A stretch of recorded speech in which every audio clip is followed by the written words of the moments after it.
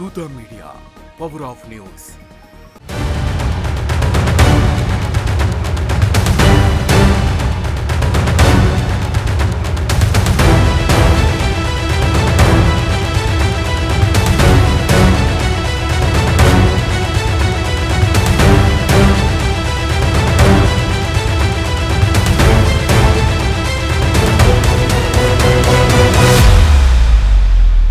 వేమిరెడ్డి ప్రశాంతి రెడ్డి చిత్తూరు జిల్లాలో 1965లో జన్మించారు. ప్రాథమిక విద్యను స్థానిక పాఠశాలలో, ఇంటర్ విద్యను తిరుపతిలోని కళాశాలలో పూర్తి చేశారు. చదువు పూర్తి చేసుకున్న తర్వాత సోమిరెడ్డి చంద్రమోహన్ రెడ్డి తమ్ముడు హర్షవర్ధన్ రెడ్డిని వివాహమాడారు ప్రశాంతి రెడ్డి. హర్షవర్ధన్ రెడ్డి ఆకస్మిక మరణంతో కుటుంబ సభ్యుల అంగీకారంతో ప్రముఖ పారిశ్రామికవేత్త, రాజకీయ నాయకులైన ప్రభాకర్ రెడ్డిని రెండో వివాహం చేసుకున్నారు. వేమిరెడ్డి ప్రభాకర్ రెడ్డి ఆంధ్రప్రదేశ్ రాజకీయాల్లో కీలక వ్యక్తి. VPR mining infra private limited వ్యవస్థాపకులు. జగన్ సీఎంగా ఉన్న సమయంలో రాజ్యసభలో పార్లమెంట్ సభ్యుడిగా కొనసాగారు.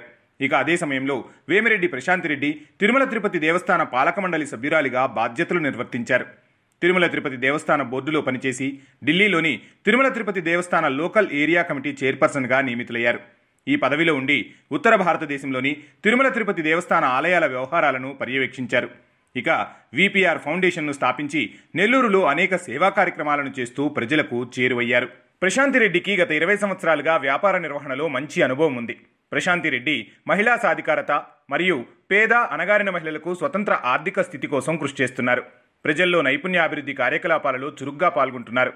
వేమిరెడ్డి ప్రశాంతి రెడ్డి తన భర్త వేమిరెడ్డి ప్రభాకర్ రెడ్డి అడుగుజాడల్లో నడుస్తూ తెలుగుదేశం పార్టీ ద్వారా రాజకీయ రంగప్రవేశం చేశారు.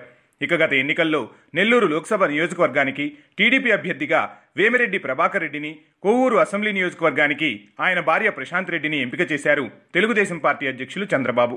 ఇక 2024 అసెంబ్లీ ఎన్నికల్లో తెలుగుదేశం పార్టీ తరపున వేమిరెడ్డి ప్రశాంతి రెడ్డి బరిలో దిగారు.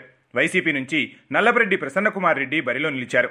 ప్రశాంతి రెడ్డి తనదైన శైలిలో ప్రచారాన్ని హోరెత్తించారు. దీనికి తోడు సేవా కార్యక్రమాలతో ప్రజల్లో మంచి గుర్తింపు తెచ్చుకున్నారు. కొవ్వూరు నియోజకవర్గాన్ని గత కొన్ని దశాబ్దాలుగా ఒక కుటుంబం శాసిస్తోందని, దానికి చరమగీతం పాడుతానంటూ ప్రశాంతి రెడ్డి ప్రచారం చేస్తూ ప్రజల్లోకి చురుగ్గా వెళ్లారు. ఇది కూడా జనాల్లోకి బాగా వెళ్ళింది. ఒక దశలో ఆమెపై ప్రత్యర్థి పార్టీ నేత నల్లపరెడ్డి ప్రసన్నకుమార్ రెడ్డి వ్యక్తిగత ఆరోపణలతో కించపరుస్తూ మాట్లాడటం, వాటన్నింటికీ సమాధానం చెప్తూ ఆమె ముందుకు సాగడం, ఎక్కడ కుంగిపోకుండా ప్రజలకు తానేంటో చెప్పి ఒప్పించి మెప్పించారు. ప్రసన్నకుమార్ ఆమెపై చేసిన వ్యక్తిగత ఆరోపణలతో మహిళలకు ప్రశాంతి రెడ్డి మరింత చేరువయ్యారని చెప్పవచ్చు.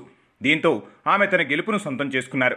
వైసీపీ అభ్యర్థి నల్లపరెడ్డి ప్రసన్నకుమార్ రెడ్డిపై 54,583 ఓట్ల మెజార్టీతో గెలిచి తొలిసారి ఎమ్మెల్యేగా అసెంబ్లీకి ఎన్నికయ్యారు వేమిరెడ్డి ప్రశాంతి రెడ్డి.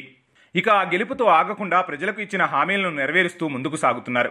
చిన్న చిన్న గ్రామాల్లో సైతం రోడ్డు లేదని వచ్చేవారి సమస్యను అప్పుడే మాట్లాడి సత్వరమే పరిష్కార మార్గం చూపిస్తూ తన మార్కు రాజకీయాన్ని చూపిస్తున్నారు.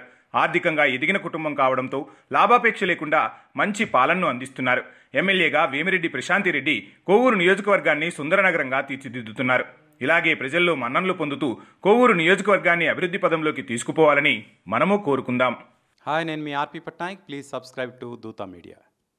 For more updates please subscribe దూత మీడియా.